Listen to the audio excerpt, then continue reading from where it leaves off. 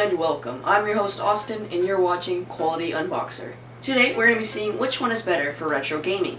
A $100 retro gaming console or a $20 Raspberry Pi. Let's find out. Alright, so here we have the SNES Classic Edition as well as the Raspberry Pi Zero W. So right here we have the HDMI out, the USB in, and the USB in as well. One of them is for like a mouse and keyboard or controller, and then the other one is power.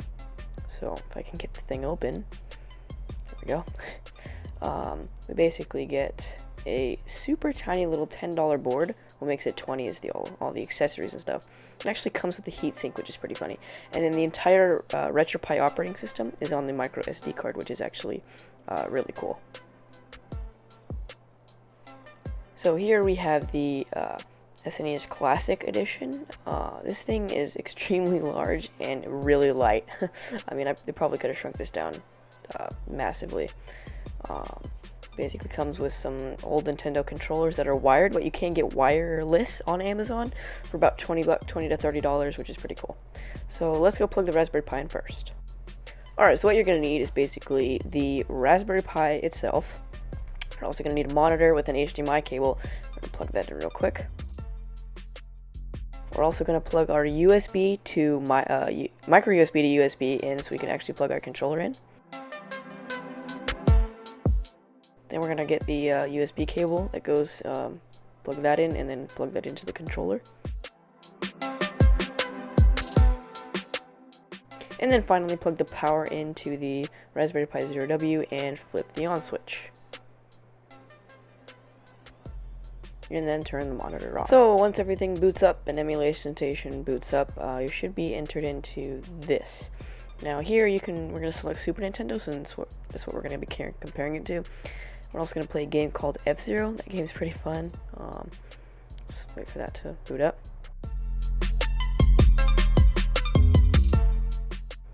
Here we go. So let's select Grand Prix. We'll select the car, and we'll choose beginner mode.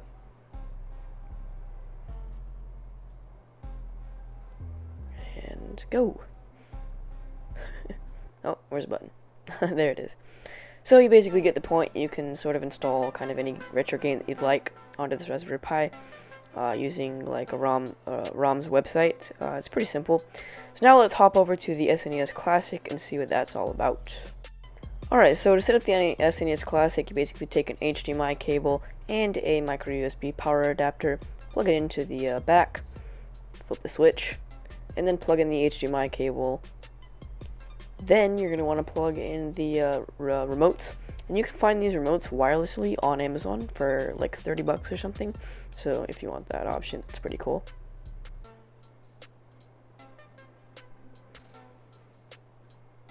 And once we plug the controller in, we can select F-Zero. So the only thing about this is you can't really install any other games on this. So if you want to install another game or a game that's not on here, you kind of can't. But you can hack it. And if you want me to make a video about that, just comment down below and I will. So let's pick a different car. And here we go. So it's basically the same thing. But the Raspberry Pi is just a little bit better because it's not expensive, super tiny and compact, and you can have basically as many games as you'd like on it, or as many games as your SD card will allow. So overall, I think the Raspberry Pi is 100 times better just because of its size. It's so small compared to this huge, bulky thing. And what's cool is you can have any game you want on here, basically, that'll run on it. So now it's not the most powerful computer in the entire universe, but it's pretty powerful to run like retro games that don't require a lot of processing power. This case, it was sort of designed for that, so this one obviously is going to have a little bit more processing power. But it's so big and you can't really install any games unless you hack it, and you can't do that. So you can't install more games onto it, but you're kind of limited to what you kind of play with. In the price, this one was $289. I bought it when it was $100, and I bought this one when it was $20, and the prices went up. But $200 if you would like to buy one of these. I know I wouldn't. Oops. But this is just so much better in so many ways, and I really recommend getting one if you're into retro gaming. And what's cool is you can build around this thing. So if you want to have like your own mini arcade, you want to build it out of wood or acrylic or something, you totally can, because this thing fits in basically just about anything.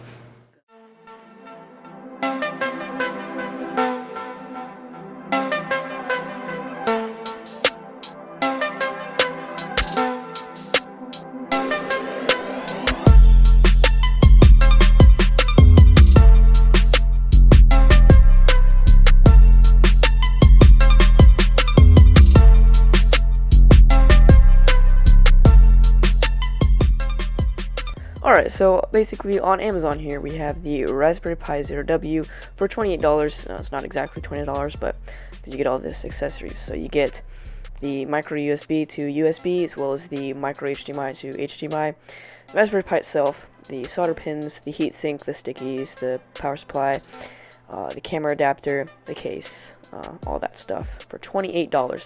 That's a pretty good deal. You don't get the SD card or the software, so that's an extra like $1, $2 or something like that.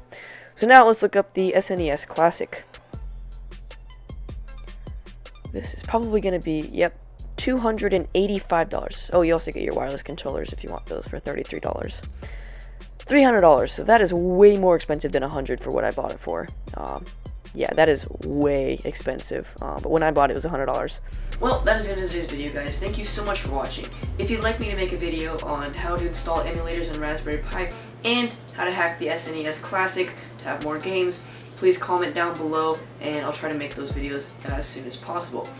Well, if you did enjoy this video, please leave a thumbs up, and if you haven't already, make sure you're subscribed.